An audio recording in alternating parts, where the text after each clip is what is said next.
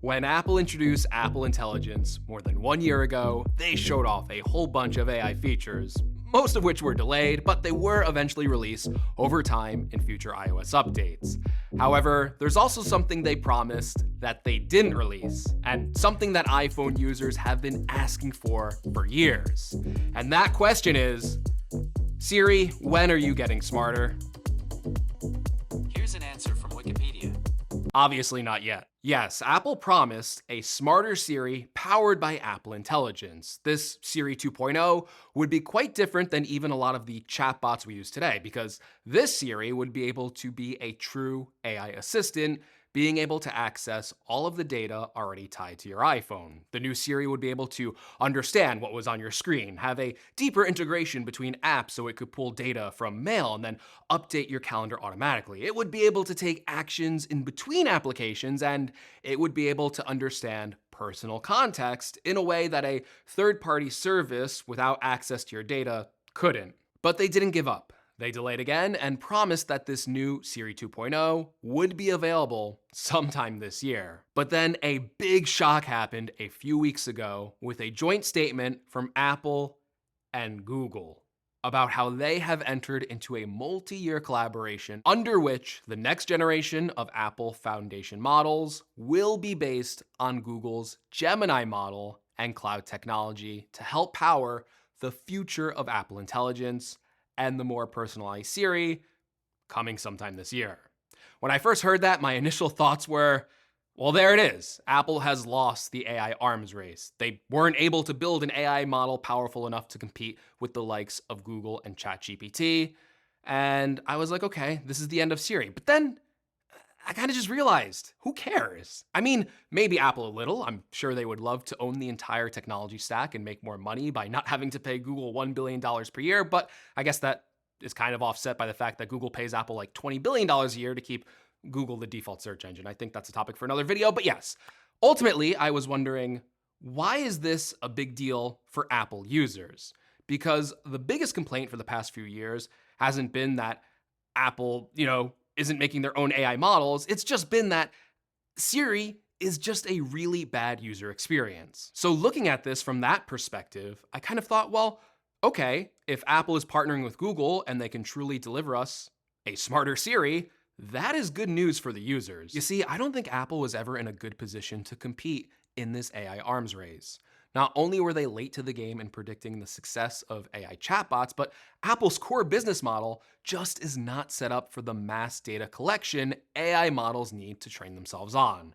It's like Apple has been fighting this AI arms race with one arm tied behind their back the entire time because of Apple's own privacy stance, which is not to collect user data, or to collect as little user data as possible, whereas Google, OpenAI, Meta, and others have been collecting every bit of data about you since their inception. Let's just think about what Google owns. They have Android OS, Gmail, Google Docs, Google Photos, the largest search engine, and not to mention the very platform you're watching this on, YouTube, is owned by Google. The amount of data they have on their users over Apple is incomparable. So yes, even if Apple could get this Siri 2.0 working on their own, I think you have to kind of take a step back, look at where all the advancements in AI are going, and kind of realize that if Apple built this solution for their users, it wouldn't be the best solution. And as an Apple user, I constantly feel like I am always looking for the best solution, which is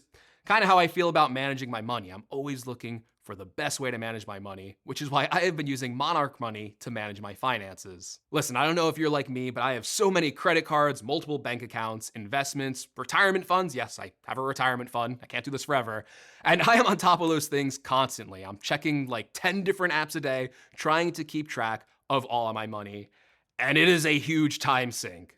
That is until I started using Monarch Money, which combines all of those different accounts I have into one clean dashboard. Now, instead of juggling through multiple apps, I just check Monarch, which gives me a clear picture of my entire financial picture and lets me stay on top of everything without being too obsessive about it, so I can see how much money is in my bank, review all of my recent transactions, and stay on top of upcoming payments so I am never blindsided by an upcoming bill. And yes, tying your finances to one service is a really sensitive subject, so of course, Monarch is private, it runs no ads, and it does not do any data selling. Monarch just makes managing my finances so easy, saves me time, and makes me less stressed out. So check it out with the link in the description, and you can try it for yourself with a free trial, and you can get 50% off your first year. And thank you to Monarch Money for sponsoring this video. Okay, so Apple is working with Google now. They are going to be using Gemini to power Siri. What does that mean for you as a user? Well, what it ultimately means is that Apple will hopefully be able to deliver on what they originally promised with Siri and Apple Intelligence when they showed it off nearly 2 years ago. Based on reports from Mark Gurman, this will happen. Apple will basically achieve their original goals with Apple Intelligence and Siri, and that this feature will finally be available in beta next month. And those features sound very much like the original vision that Apple had for the new Siri. This new personalized Siri will indeed be able to tap into personal data and on-screen content, be able to execute multiple commands across different apps. In fact, for the first part of this integration, Apple plans to deeply integrate this new Gemini-based Siri across most of their applications and not rely on a separate AI app. In the future, Apple even has plans to do something they said they weren't interested in making before: a chatbot. Apple's chatbot would probably work very similarly to what Gemini already offers, except instead of having to download a Google app, obviously you would be able to type and carry out those conversations directly on device with Siri, and then have all of those previous conversations or personalized interactions on your device saved directly into the chatbot experience. And in the coming years, Apple even plans to use this as an integration into the Health app. So even though there's already chatbots out there, and you can already use Google Gemini on your iPhone right now if you want, having this baked directly into iOS will mean much deeper integration and personal awareness, which was Apple's original goal. Apple being able to replace the brains of Siri with Gemini will, in a way, give them feature parity with all of the other AI services out there. So even if they don't own the entire stack, you as the user are benefiting. But as a user, I think the hardest thing to accept is the privacy angle. Because for those that believe in Apple's privacy-first initiatives, I don't think it would be unreasonable to say that they wouldn't mind having a slightly worse AI model where the feature still worked if it meant that their data would not be going to someone else's cloud servers to be harvested. So the idea of your data going through Google might kind of be like an instant deal breaker for you. But here's the good news, at least according to the statement issued by Google and Apple Intelligence will continue to run on Apple devices and private cloud compute while maintaining Apple's industry-leading privacy standards. That's all to say that basically, in terms of privacy, nothing has changed here since Apple's initial rollout of Apple Intelligence, meaning that Apple users are now getting access to a smarter, more capable AI model while still keeping their user data private and secure. It also means that your data won't be used to further train Google's own AI model. That is, of course, unless you use Google or Gmail or YouTube or any of the other services that so many of us use already. So I guess just by watching this video on YouTube, you're training Google's model.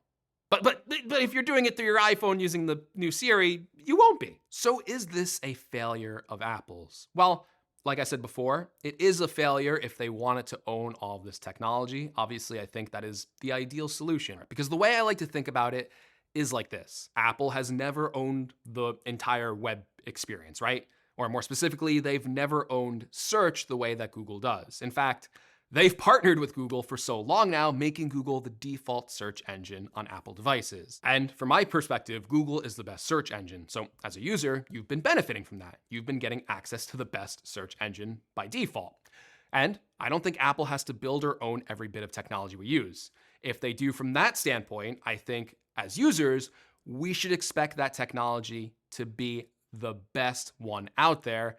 And at least with AI models, it doesn't seem like whatever Apple was doing was going to be the best solution for users. And just because Apple is licensing a Google service doesn't mean that you will be interacting with that service. I think another way to think about this is how Apple works with hardware, right? Apple orders millions of OLED displays from Samsung every year to use in the iPhone, but those panels are made to Apple specifications, even if they aren't manufactured by Apple themselves, because Apple works with Samsung and contracts them to build the display that they want to put in their iPhone models. In the same way, Apple will be contracting Google to use Gemini, but Apple is in control of how Gemini is implemented into their own services and how it interacts with the user, so there's still an Apple spin on all of this. Apple still owns the platform you interact with. They own the iPhone, the Mac, the iPad, the Apple Watch. I guess your Apple TV too.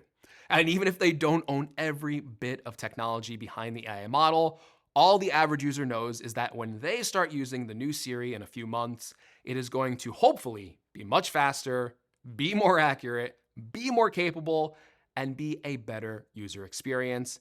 And that is something to be happy about because Siri has been broken for a long time. And if Apple partnering with Google means a smarter Siri, I'm all for it. But that is my take on Apple's partnership with Google. Let me know in the comments below. How do you feel about this partnership? Do you think it's good news or bad news? Also, if you like the video, make sure you give me a like. If you want to see more, make sure you're subscribed.